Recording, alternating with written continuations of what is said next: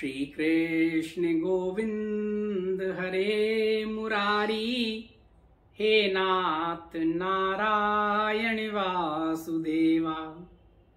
हे नाथ नारायण वासुदेव, हे नाथ नारायण वासुदेवा, हे नाथ नारायण वासुदेवा, हे नाथ नारायण वासुदेवा।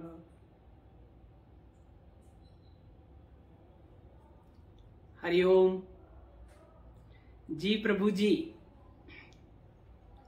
आज होली के पावन पर्व पर, उत्सव पर आप सभी को श्री बाबा जी का शुभाशीष और हमारी हार्दिक मंगल शुभकामनाएं। आज विचार बना कि आसन पर बैठकर ही आपसे बातें कर लेते हैं। मन की बातें, होली की बातें, उल्लास की बातें, उमंग की बातें। ये त्योहार ही ऐसा है। प्रभु जी, इस भारत की भूमि में जितनी विविधता है, ऊर्जा है, जितने मौसम हैं, उतने दुनिया के किसी भी देश में नहीं होते। इसीलिए हमारे यहाँ वर्ष भर कोई ना कोई त्योहार, कोई ना कोई उत्सव मनाया जाता रहा है। और इन सभी त्योहारों का, उत्सवों का पौराणिक महत्व तो है ही, इनके साथ पौराणिक कथाएं तो जुड़ी ही हैं, लेकिन इसके साथ साथ प्राकृतिक और सामाजिक व्यवस्था को बनाए रखने में भी ये त्योहार अपनी महत्वपूर्ण भूमिका का निर्वाह करते हैं।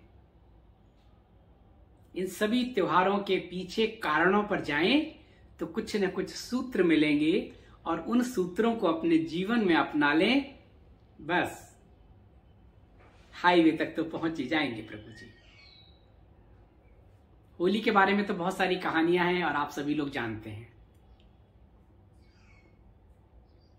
होलिका दहन को लेकर प्रहलाद और हिरण्यकश्यप की कहानी सभी लोग जानते हैं कि प्रहलाद नारायण विष्णु जी के स्मरण में रहता, ईश्वर लीन अवस्था में रहता, और हिरण्यकश्यप को यह पसंद नहीं था, उसके पिता को। जब अति हो गई और उसने उनका कहना नहीं माना, तो उसने उसे खत्म करने के लिए बहुत सारे योजनाएं बनाई, तरीके अपनाए, लेकिन जब कामयाब नहीं हुआ तो उसने अपनी बहन को बुलाया।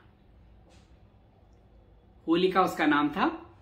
उसको वरदान था कि उस पर एक वस्त्र था, उस वस्त्र को पहनकर वो अग्नि में बैठेगी तो उसका कुछ नहीं होगा, अग्नि उसको जला नहीं सकेगी। तो हिरण्यकश्यप के कहने पर होलिका तैयार हो गई। एक बड़ा सा अग्नि के लिए स्थान बनाया गया और वो प्रहलाद को लेकर, प्रहलाद की बुआ थी, अपना वस्त्र पहनकर और उस अग्नि पर जाकर बैठ गई, उस ढेर पर। और जैसे ही अग्नि प्रज्वलित हुई, वैसे ही वायु का प्रकोप हुआ, अंधड़ आ गया, तेज वायु, सब सहम गए। और उसी वायु के प्रकोप में होलिका का वो जो वस्त्र था, जिससे उसे वरदान मिला हुआ था, उसके शरीर से अलग हो गया और प्रहलाद के ऊपर जा गिरा। प्रहलाद उससे डर गए और यहां अग्नि प्रज्वलित हो गई और उसने होलिका को भस्म कर दिया और प्रहलाद बाहर निकल आए, जैसे थे वैसे ही। उसके बाद इसे उत्सव का रूप दे दिया कि होलिका विकार,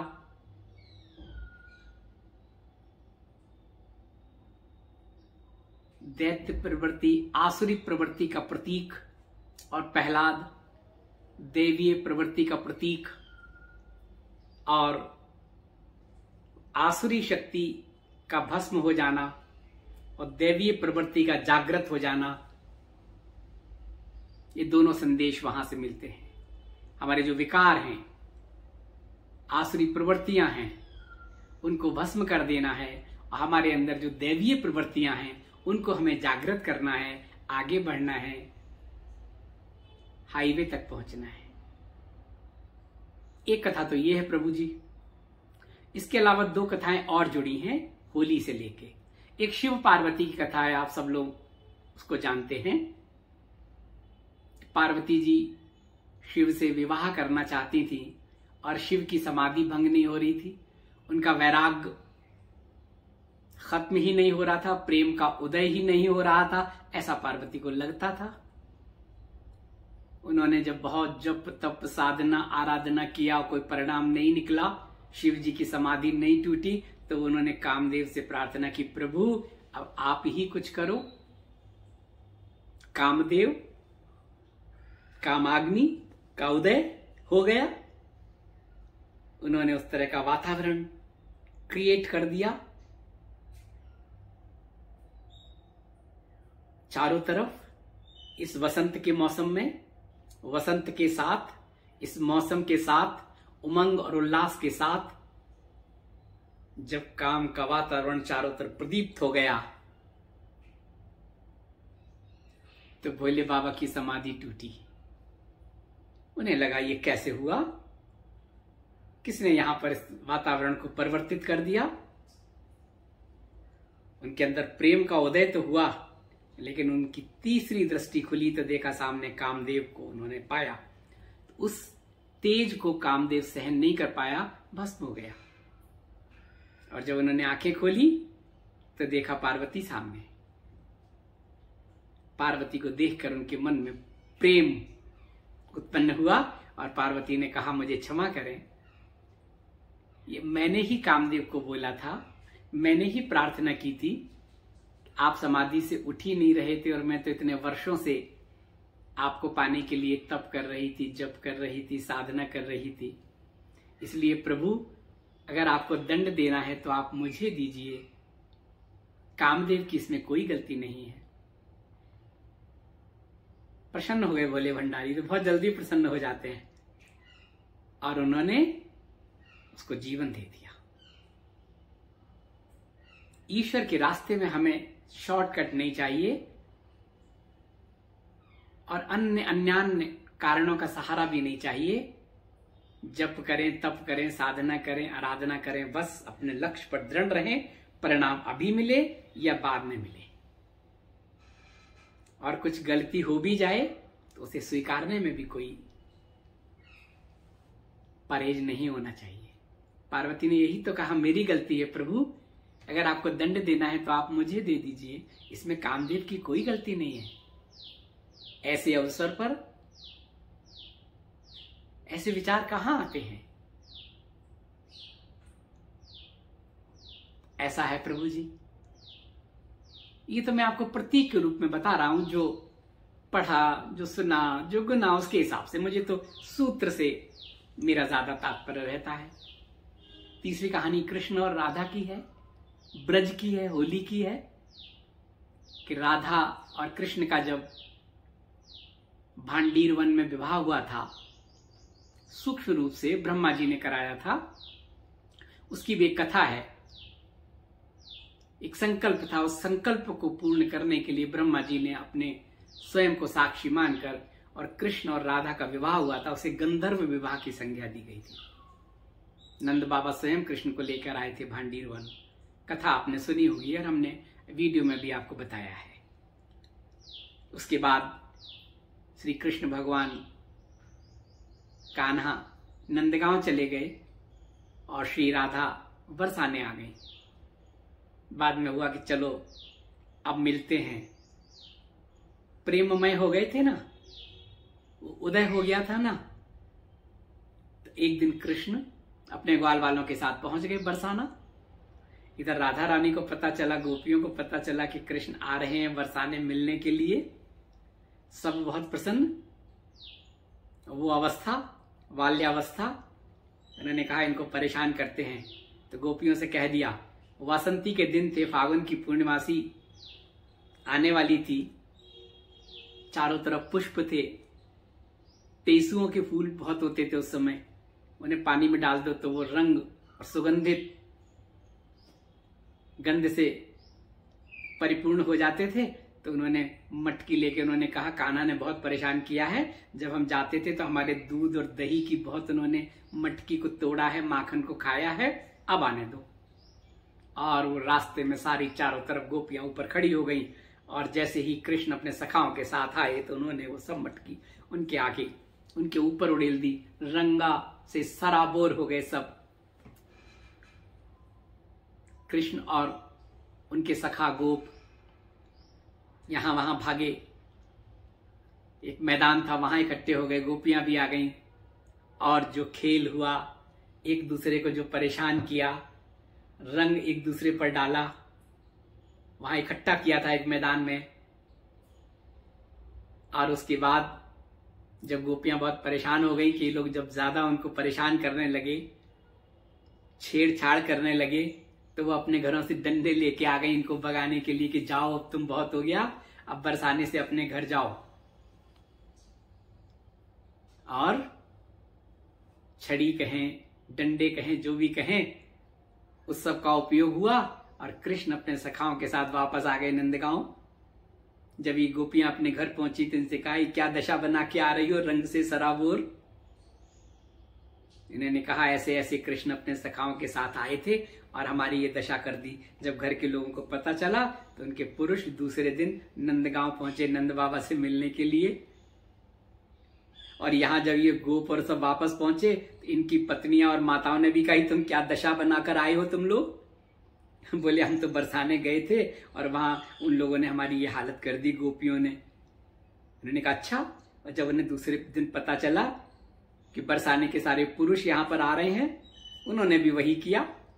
उन्होंने भी मटकियों में रंग भर लिया, डंडे लेकर खड़ी हो गई, और जैसे ही पुरुष वहां पहुंचे, उन्होंने वहां की महिलाओं ने वो वही सब किया जो बरसाने में हुआ था। बाद में जब नंद बाबा को पता चला तो नंद बाबा आए तो उन्होंने कहा कि हम तो इसलिए आए हैं आपसे। और प्रभु जी, वो जो वातावरण बना, जो रंगमय हो गया, जो आनंद हुआ, लीला है, आज भी वही प्रतीक रूप में चली आ रही है। बरसाने की लठमार होली कहते हैं, नंदगांव की लठमार होली कहते हैं। एक दिन बरसाने के सारे ग्वाल बनकर पुरुष बरसाने में आते हैं और वहां पर होली खेलते हैं। लठ से प्रतीक रूप में वहां की महिलाएं इनको मारती हैं। ये अपनी सुरक्षा के लिए ढाल बनाकर बैठ जाते हैं और इन पर ताबड़तोड़ लठ बरसते हैं। रंग बरसता है, गुलाल बरसता है, अबीर बरसता है। और दूसरे दिन फिर यहाँ के पुरुष नंदगांव जाते हैं, वहां भी यही होता है। दूर दूर से लोग इस दृश्य को देखने आते हैं, होली को खेलने आते हैं। ब्रज की होली इसीलिए तो प्रसिद्ध है, 1 महीने चलती है प्रभु जी। बिहारी जी की होली, रंग जी की होली, कहीं फूलों की होली, कहीं रंगों की होली, लड्डुओं की होली, लड्डू मार होली भी होती है। और ब्रज की होली तो सब जगह प्रसिद्ध है, और देश ही नहीं विदेश के लोग भी आते हैं होली को देखने। ये आनंद है प्रभु जी होली का, ये कथाएं हैं होली की।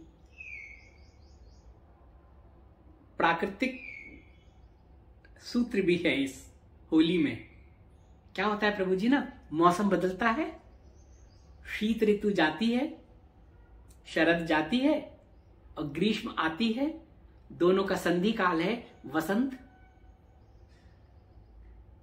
शरद में जब ताप बहुत कम होता है तो शरीर की इंद्रियां भी शिथिल हो जाती हैं, और इसके बाद का जो समय होता है उसमें बहुत काम करना होता है, खेतों में काम करना होता है। किसानों को हरियाली आती है, फसलें आती हैं, आम में बोर आती है, कोपलें आती हैं। शरीर को एकदम ऊर्जा चाहिए, तो शरीर को ऊर्जा बनाने के लिए इस त्योहार की बहुत महत्वपूर्ण भूमिका है प्रभु जी।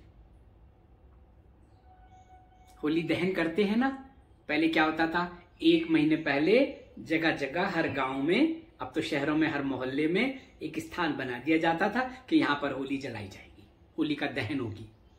आज की तरह नहीं होता था कि पेड़ काट के ले आए, टाल पर गए, लकड़ी खरीद के लाके रख दी।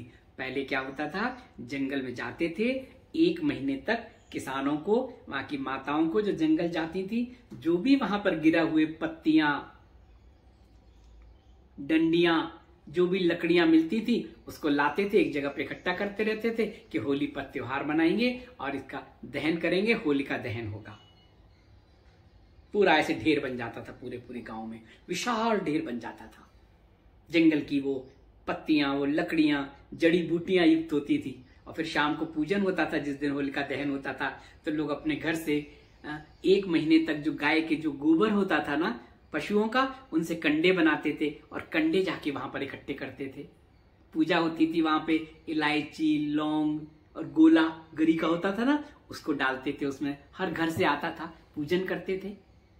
मौसम बदलता है, शरद जा रही है, ग्रीष्म आ रही है, वसंत है, कीड़े मकोड़े, सूक्ष्म कीटाणु बहुत ज्यादा सक्रिय हो जाते हैं वायुमंडल में, हमारे शरीर में हो जाते हैं, हमारी शरीर की इंद्रियां शिथिल रहती हैं, सेल हमारे डेड होने लगते हैं, उसको नई ऊर्जा चाहिए, नया जीवन चाहिए।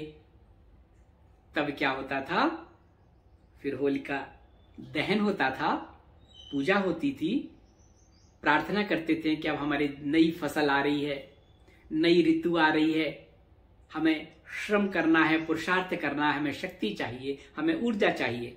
और पूजन के बाद जब लौ अग्नि प्रज्वलित होती थी तो सभी गांव वाले उसकी परिक्रमा लगाते थे। प्रभु जी 108 परिक्रमा लगाते थे पहले, अभी तो धीरे धीरे होता जा रहा है। पहले 11 लगाते थे, 7 लगाते थे, 5 लगाते थे, 3 लगाते, अब तो लोग एक परिक्रमा लगा के अपने घर चले जाते हैं। उस परिक्रमा का उद्देश्य था, ऋतु बदली, मौसम बदला और ये सब औषधीय चीजें, होली जली, परिक्रमा लगाई, वो ताप बढ़ा 40 से 50 डिग्री, आपके शरीर में गर्मी आई, उस गर्मी से वो जो छोटे छोटे कीटाणु जो वायुमंडल में हैं वो तो खत्म हो गए, आपके शरीर के भी खत्म हो गए।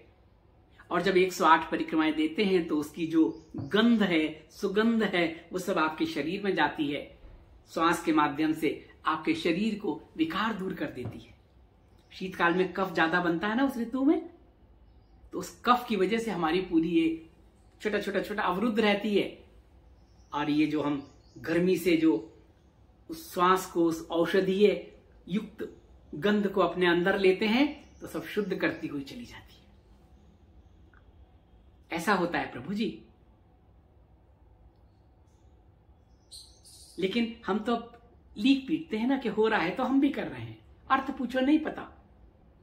घरों में क्या होता था, जो माताएं बहनें आ नहीं पाती थी ना होली पे, तो घर में भी होली जलती थी, हर घर में।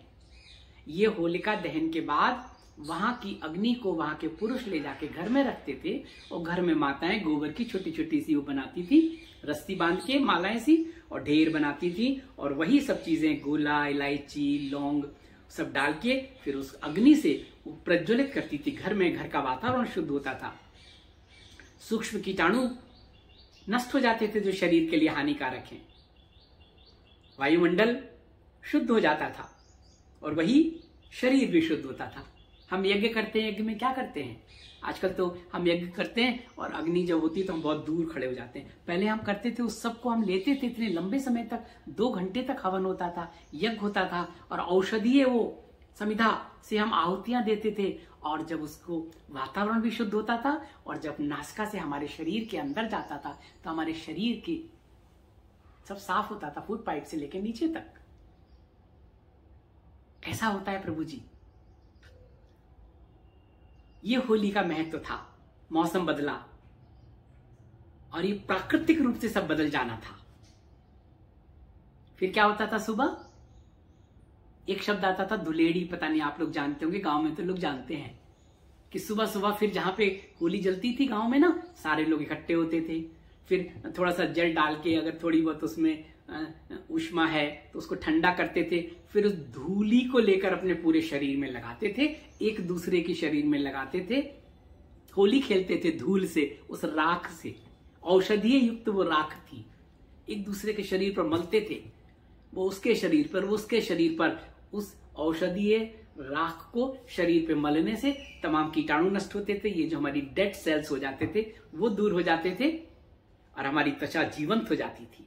उत्तेजना उत्तेजना, एनर्जी, ऊर्जा मिलती थी हमको। ऐसा होता था प्रभु जी, सारे गांव के लोग आते थे।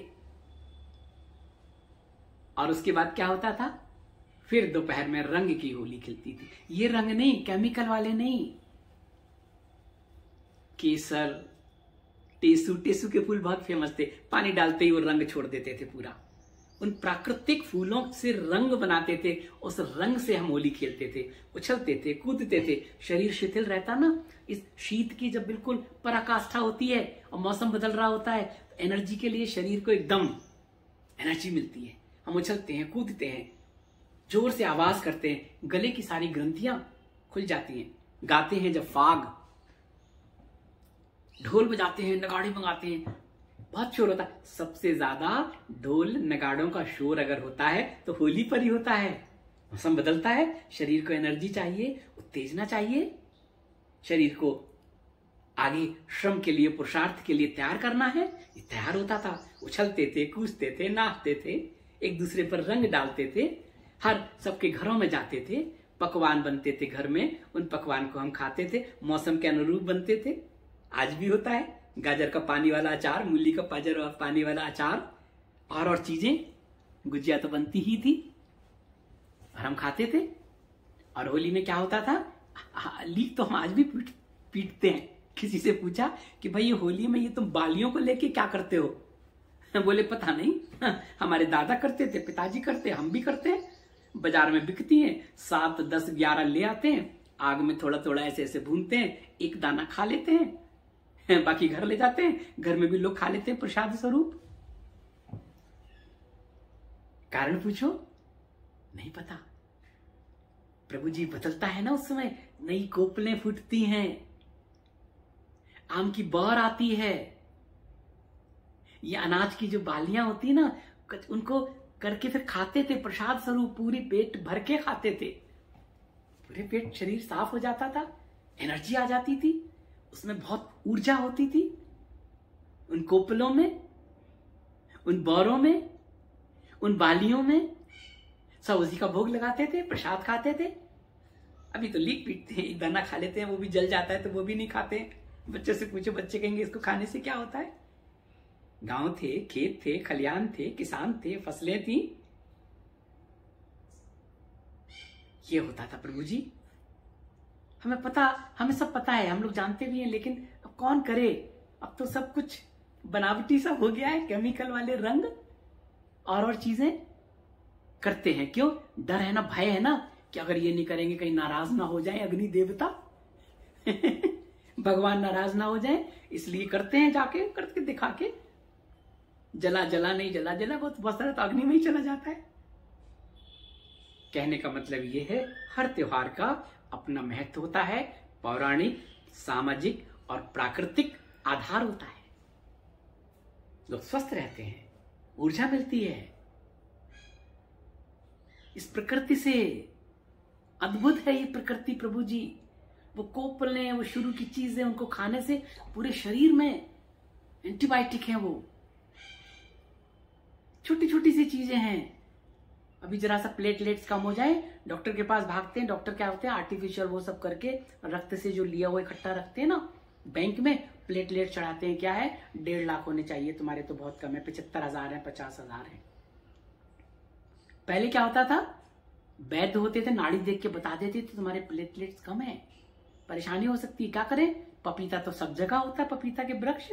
तो पपीता के वृक्षों की जो कोमल है, जो पत्ते होते हैं ना, बहुत सॉफ्ट वाले जो नए नए निकलते हैं, उन पत्तों को तोड़ लाते हैं, उनको घिस के उसका रस निकालते हैं। एक रस सुबह शाम, नहीं तो एक दिन पी लेते हैं, 7 दिन पीते हैं, प्लेटलेट्स डबल हो जाते हैं। आप करके देख लो, अगर किसी के प्लेटलेट्स कम है, 50,000 है, 75,000 है, आप 1 लाख हैं, आप उनको लीजिए। पपीते तो सब जगह मिल जाते हैं, घरों में हैं, उनके कोमल कोमल पत्तों को तोड़िए, उसका रस बनाइए, आधा कप रस पीजिए, 7 दिन तक 2 लाख हो जाएंगे प्लेटलेट्स।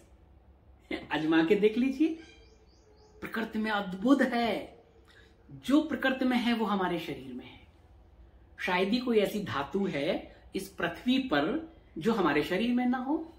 सोना, चांदी, लोहा, तांबा, जो भी है, जो भी औषधियां हैं प्राकृतिक, ये अंग्रेजी दवाएं कहां से बनती हैं? औषधि से तो बनती हैं, जड़ी बूटियों से ही तो बनती हैं औषधियां।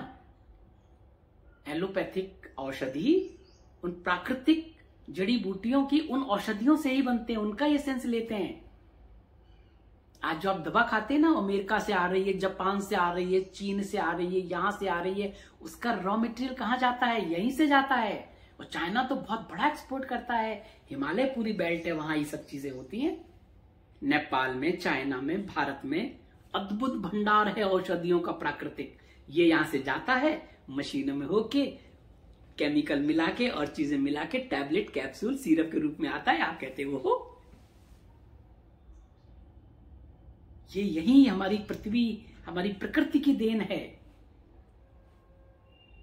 और इसका सबसे बड़ा भाग तो हमारे इस एशिया में, भारत, चाइना, नेपाल, तिब्बत, यहीं पर है। और वो सारी जड़ी बूटियां हमारे शरीर में, उनके तत्व हैं जो कम होते हैं वो दवाइयों से पूरी हो जाते हैं, ज्यादा होते हैं तो दूसरे से डाइल्यूट हो जाते हैं। ऐसा ही होता है प्रभु जी। अब रंग पर आ जाते हैं, हम रंग खेलते हैं, बहुत आनंद आता है। किसी को रंग बिरंगा कलरफुल देखते हैं ना तो मन में बहुत आनंद आता है, क्योंकि हमारा पूरा शरीर रंगों से ही तो बना है। हर सेल में रंग है, सतरंगी, इंद्रधनुषी। हमारे ब्लड में, हमारी नसों में वही कलर हैं, तरंगे हैं पूरे शरीर में, अंदर और बाहर दोनों तरफ, वही जो इंद्रधनुष में होती है। और वही कलर जो बाहर है वही शरीर के अंदर है, और उसी क्रम में है। इंद्रधनुष देखें आप कभी, कितना अच्छा लगता है जब आसमान में इंद्रधनुष आता है। आहा, मन प्रफुल्लित हो जाता है, उमंग उत्साह में हम आ जाते हैं। ऐसा ही होता है ना प्रभु जी। सतरंगी इंद्रधनुष बैगनी से शुरू होता है, रेड तक आता है। बैगनी होता है, नीला होता है, आसमानी होता है, हरा होता है, पीला होता है, नारंगी होता है, लाल होता है अंदर का। बैगनी से लाल तक ये 7 परतें होती हैं। सूर्य की जो किरणें होती हैं शुरू में, तो सूर्य में वही तो होती हैं, वही हमें इंद्रधनुष के रूप में दिखाई देती हैं। हमारे शरीर में भी है। हमारे शरीर में बाहर जो 9 लेयर्स की हम बातें करते हैं, उसमें 7 रंग, तो इन 7 रंगों की 7 लेयर्स होती हैं आभा मंडल की जो हम बात करते हैं। और उसी क्रम में होती हैं बैगनी से लेके और लाल तक, रक्तवर्ण तक। हमारे अंदर जो सूक्ष्म चक्रों की हम बात करते हैं, उनमें भी वही रंग होते हैं, वही कलर होते हैं। सहस्त्रार से शुरू होता है, सहस्त्रार होता है, विशुद्धा होता है, हृदय होता है, स्वादिष्ठान होता है, मणि होता है और मूलाधार होता है।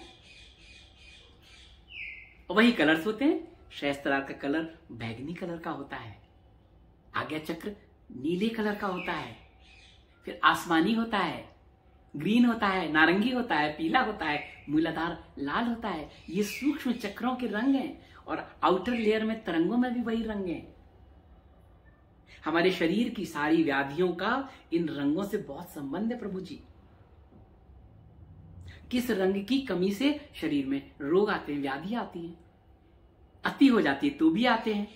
औषधियां उन रंगों को भी नियंत्रित करती हैं। क्योर तो वही है ना, बाकी तो क्या है, पेन किलर से कोई क्योर थोड़ी होता है। पेन किलर से तो आपका दर्द कम होता है, लेकिन क्या होता है, हमारे सेल एक एक सबसे क्योर होते हैं। रंगों का बहुत महत्व है प्रभु जी।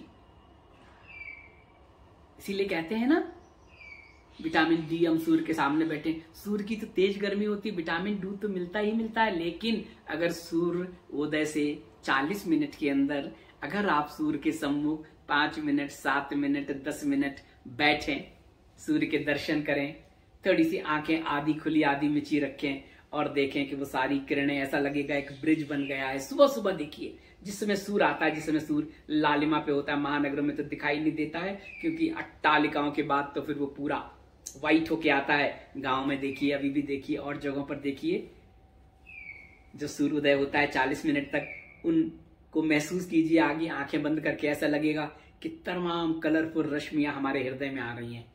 नहीं आ रही हैं, आप वैसे ही बैठिए, फिर आप सूर्य को खुली आंखों से देखिए। दिन में तो आप नहीं देख पाएंगे तेज धूप में, लेकिन सुबह देख सकते हैं। सूर्योदय के बाद 20 मिनट से 40 मिनट तक जो रश्मियां आती हैं, उनको देखिए, शरीर को उसको आने दीजिए, ग्रहण कीजिए।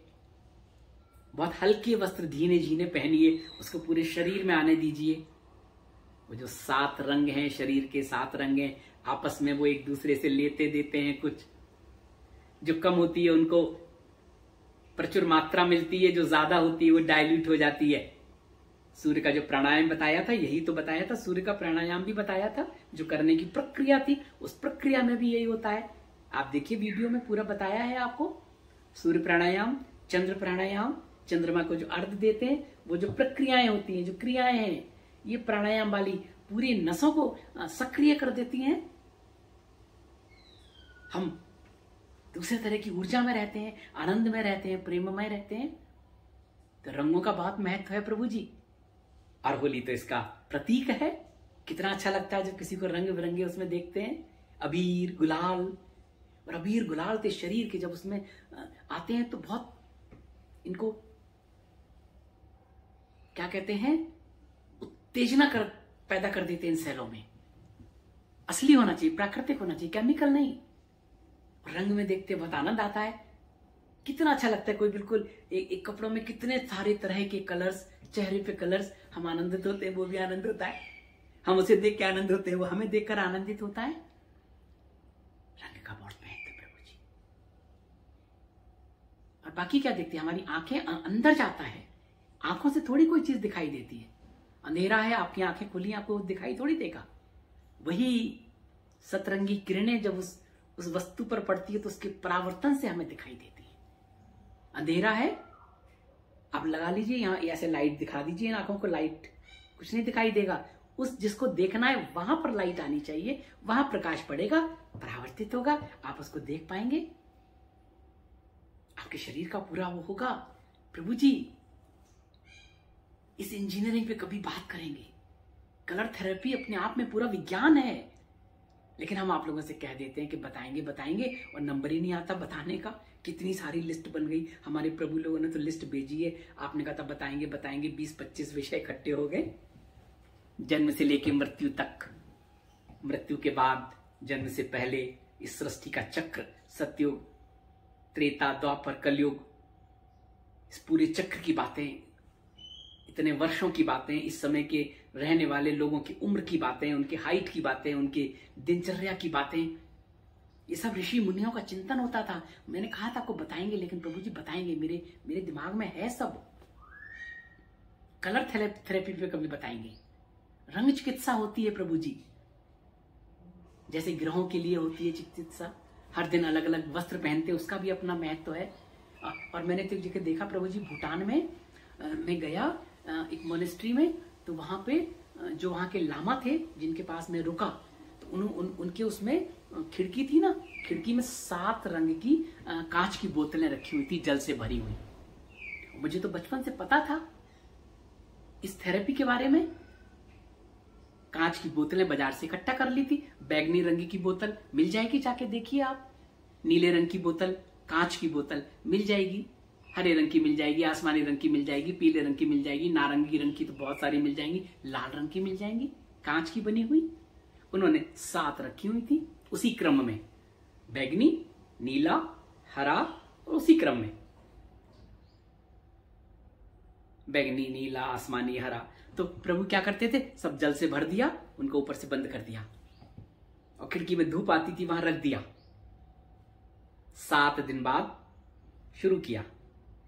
एक बोतल का उठाया, पूरा जल पिया, भरा, दूसरी तरफ रख दिया, दूसरी को दूसरे दिन सुबह पिया, रख दिया। 7 दिन में एक का नंबर आता था। अलग अलग कलर्स की सूर्य की किरणें उन बोतलों में पड़ती थी। वो पानी में एनर्जी, पानी, वो जल एनर्जेटिक हो जाता था, और सुबह हम उसको पीते थे। हमारे शरीर में जिन रंगों से जो कमी है वो अपने आप क्योर हो जाते थे, ज्यादा है डाइल्यूट हो जाते थे। लामा जी ने कहा कि मैं तो कई वर्षों से कर रहा हूं, कभी उनको कोई रोग नहीं, व्याधि नहीं। वैसे भी आप कुछ भी नहीं है तो भी पीजिए, बाजार से ले आइए कि बोतलें खरीद के इन कलर्स की, वही कलर्स जो इंद्रधनुष में होते हैं, गूगल पे जाइए, सारे कलर्स आपको दिख जाएंगे। उस कलर्स की कांच की बोतलें ले आइए, 7 बोतलें भर के रख दीजिए, ढक्कन लगा दीजिए, ऐसी जगह रखिए जहां सूर्य की किरणें पड़ती हो, सूर्य की रोशनी पड़ती हो, और एक एक पीते जाइए, फिर पानी भर के रखते जाइए। एक एक एक एक एक 7 दिन में 1 का नंबर आएगा। जल तो वैसे भी अच्छा होता है, सुबह उठ के हमें 1 गिलास 2 गिलास जल तो पीना ही चाहिए, थोड़ा वार्म वार्म वाला, सफाई होती है। रात में हम मुंह को साफ करके सोते हैं ना, क्योंकि खाते रहते हैं, कुछ ना कुछ रह जाता है, सफाई करते हैं। लेकिन यहाँ की सफाई कैसे करेंगे? सुबह जल पीते हैं, जो रह जाता है यहां से यहां तक शुद्ध हो जाता है। रंग का बहुत महत्व है प्रभु जी, और होली तो रंगों का त्योहार है। ये त्योहार हमारे यहाँ ही नहीं मनाया जाता है, ये किसी वर्ग जाति धर्म का नहीं है। ये तो प्रभु जी पूरी दुनिया में अलग अलग तरीके से बदलते हैं जब मौसम बदलते हैं। और भारत में तो मौसम बहुत होते हैं, इतने मौसम किसी दुनिया में नहीं होते हैं जो बदलते हैं। हमारे यहाँ तो कितने सारे मौसम हैं, बदलाव होता है। जहां बदलाव होता है वहां उस बदले मौसम में उसके अनुरूप हम उनको उत्सव के रूप देते हैं, त्योहार करते हैं, मनाते हैं। विदेशों में भी है, और पूरी दुनिया में होली मनाई जाती है। क्यों? एक तो हमारे यहाँ के लोग पूरी दुनिया में पहुंच गए, तो हमारी भारतीय सनातन परंपरा, हमारी संस्कृति, हमारे ऋषि मुनियों की जो धरोहर है उसको लेके भी गए साथ में, और वहां भी उन्होंने उसको जीवंत किया। होली मनाते हैं, दिवाली मनाते हैं, सारे त्योहार वहां मनाते हैं, और धीरे धीरे वो समुदाय इकट्ठा हो जाता है, बाहर के लोग भी शामिल हो जाते हैं, उत्सव के रूप में मनाए जाते हैं दुनिया के तमाम देशों में। और उन देशों में भी जब मौसम बदलता है, अलग अलग नामों से कुछ ना कुछ उत्सव तो मनाते ही हैं। लेकिन भारत में तो, भारत की भूमि में ऊर्जा है, भारत में ऋषि मुनियों की भूमि है, धरोहर है, यहाँ की मिट्टी में है, यहाँ सनातनी परंपरा है। उसको हम महसूस करते हैं और उसको बांटते हैं। ऐसा है प्रभु जी होली। और होली किसी धर्म जाति तक सीमित नहीं है प्रभु जी, सभी मनाते हैं। शाहजहां ने, जहांगीर के समय से भी मनती थी ईद ए गुलाबी, होली मुबारक, कुछ ऐसे ऐसे करके वो नाम दिए थे। बहुत पहले से तैयारियां होती थी। मुगल काल की बात कर रहे हैं हम, होली तब भी मनाई जाती थी। भाईचारा, प्रेम का प्रतीक है ये उत्सव, होली उत्सव, उमंग का, उत्साह का, प्रेम का। बहादुर शाह जफर ने तो बहुत सारी गजलें लिखी हैं इसको लेके। नूर ए होली, ऐसे कुछ करके है उनका, या होली ए नूर, गजल लिखी उन्होंने। आज होली का त्योहार है, हम लोग मनाएं प्रेम से, आनंद से, उल्लास से। प्रभु जी ये होली में कहते हैं ना, रंग बिरंगा इंद्रधनुषी ये त्योहार है, अद्भुत है। इसको महसूस करके तो देखें। हम लोग क्या करते हैं होली पे? गले मिलते हैं एक दूसरे से। जब गले मिलते हैं ना प्रभु जी, तो वो गंध, वो सुगंध हमारे जब अंदर जाती है ना, आनंद, प्रेम, प्रेममय हो जाते हैं। ऐसा लगता है एक अजीब तरह की खुमारी सी हो जाती है। मौसम चेंज होता है ना, वातावरण बदलता है ना। अभी तो प्रदूषण बहुत है तो हम महसूस नहीं कर पाते हैं। नहीं, पहले क्या होता था, हम एक दूसरे से गले मिलते थे ना प्रभु जी, तो हम एक दूसरे से कुछ लेते देते थे, एनर्जी, विकिरण होता था। अभी भी है, महसूस करके देखो। जो लोग महसूस करते हैं, किसी के पास बैठो, उसका विकिरण, आपका विकिरण जब ऐसे ऐसे हो जाएगा तो आपको उठने का मन ही नहीं करेगा। वो विकिरण आपको गंध देगा, सुगंध देगा, आनंद देगा। आपको लगेगा बैठे ही रहे, कहीं जाए नहीं। गले मिलने की तो बात बाद में है। और अगर नहीं होता है, वो विकिरण नहीं मिलता है, तो आपको लगता है जल्दी से हम जाए या ये जाए, बहुत नियर एंड डियर ही क्यों ना हो। ऐसा गंध का, ऐसा सुगंध का, ऐसा रंग का महत्व है प्रभु जी। कई बार आप देखो, हम लोग गले मिलने की परंपरा तो हमारी बहुत प्राचीन परंपरा है, इसलिए कि अभी तो कोरोना ने 2 गज की दूरी बना दी है। पहले तो हम सीधे गले मिलते थे, तो गले मिलते ही जब हम मिलते थे, चेहरे से चेहरे का स्पर्श होता था, शरीर से शरीर का स्पर्श होता था, तो प्रभु जी वो गंध और वो हमें अंदर तक वो कर देती थी, प्रेम में। और हम लोग एक दूसरे के बहुत करीब आ जाते थे। परिचय तो बाद में होता था, इससे ही हो जाता था कि हाँ, ये हमारे यहाँ आत्मीय है। ऐसा है प्रभु जी। तो ये रंग, ये आभा मंडल, ये विकिरण, ये त्योहार, ये सब कोई ना कोई सूत्र है, मैसेज देते हैं। किसके लिए? जीवन में आनंद के लिए, शांति के लिए, सुकून के लिए, प्रेम के लिए। और यही तो चाहिए। हम चाहे सांसारिक कर्म में लिप्त हों या आध्यात्मिक मार्ग पर हों, साधक हो, साधना कर रहे हो या कर्मयोगी हो, जो भी कर रहे हो, चाहते क्या है? सुकून मिले, शांति मिले, आनंद मिले, प्रेममय हो जाएं, खुश रहें, खुशियां बांटें, प्रेम में जिए, प्रेम बांटें, जो है उसको बांटें, जो भी हमने अपने पुरुषार्थ से कमाया है उसको बांटें। समाज से हम पूरे जीवन कुछ ना कुछ लेते हैं, फिर हमारी जिम्मेदारी है हम समाज को वापस दें। और ये त्योहार, ये प्राकृतिक, ये जो विधि विधान है, ये वायुमंडल से कुछ लेते हैं और फिर वायुमंडल को देते भी हैं। ऐसा ही तो होना चाहिए प्रभु जी।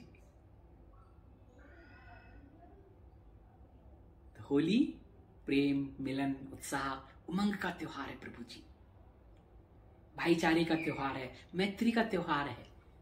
बहुत सारे लोगों के गिले शिकवे, राग द्वेष सब होली में भस्म हो जाते हैं। प्रेम, मैत्री, उसका उदय होता है। ऐसा होता है प्रभु जी। जान नहीं पहचान नहीं, सारे लोग आते हैं। आपके जब मोहल्ले में होली जलती है तो आप भी थोड़ी पूछते हैं तुम कौन हो, तुम कौन हो। जो भी आ गया उसने पूजा की, अग्नि प्रज्वलित हुई, होली जली, एक दूसरे को गुलाल लगाया। कोई पूछता है कि तुम हमारे परिचित हो कि नहीं, किस धर्म के हो, किस जाति को, किस मोहल्ले को। जो आ गया वही अपना। वातावरण उसमें वैसा हो जाता है। रश्मियां आपको आनंद देती हैं। आप उनको गुलाल अबीर लगाते हैं, वो आपको लगाते हैं, तिलक करते हैं, प्रणाम करते हैं, आनंद होता है। आप आनंद में रहते हैं। और वो पल जब आप घर आते हैं और दूसरे दिन फिर जब होली खेलते हैं, उसके बाद उन पलों को फिर आप बहुत समय तक जीते रहते हैं।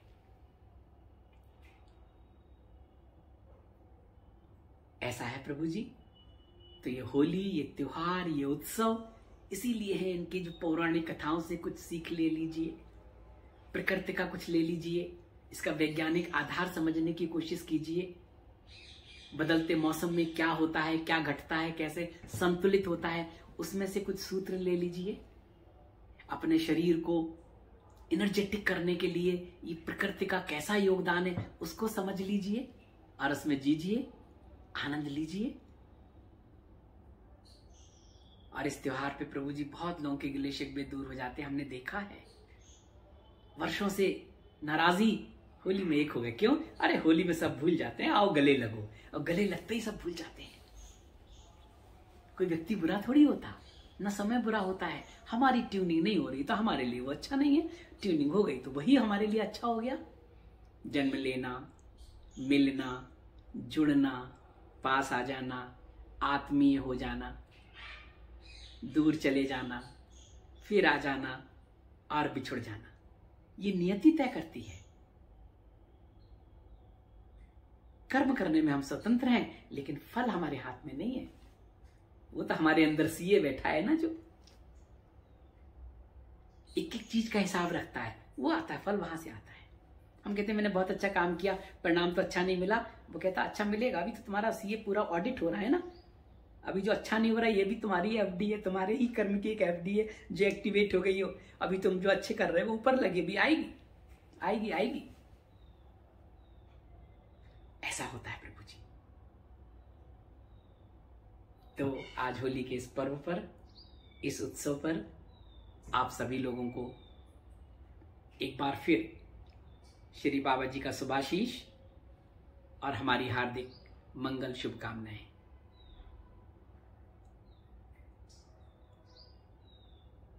वृंदावन में तो प्रभु जी बहुत होली का आनंद था जब हम वृंदावन में थे, लेकिन अब हम बहुत दूर आ गए हैं, हिमालय की तरफ आ गए हैं। हिमालय की होली भी हमने देखी है। सब जगह अलग अलग तरीके हैं होली मनाने के, लेकिन सब में एक संदेश तो है, प्रेम का, मैत्री का, सद्भाव का, एक दूसरे से मिलने का, जुड़ने का, आत्मीय होने का, उन पलों को जीने का।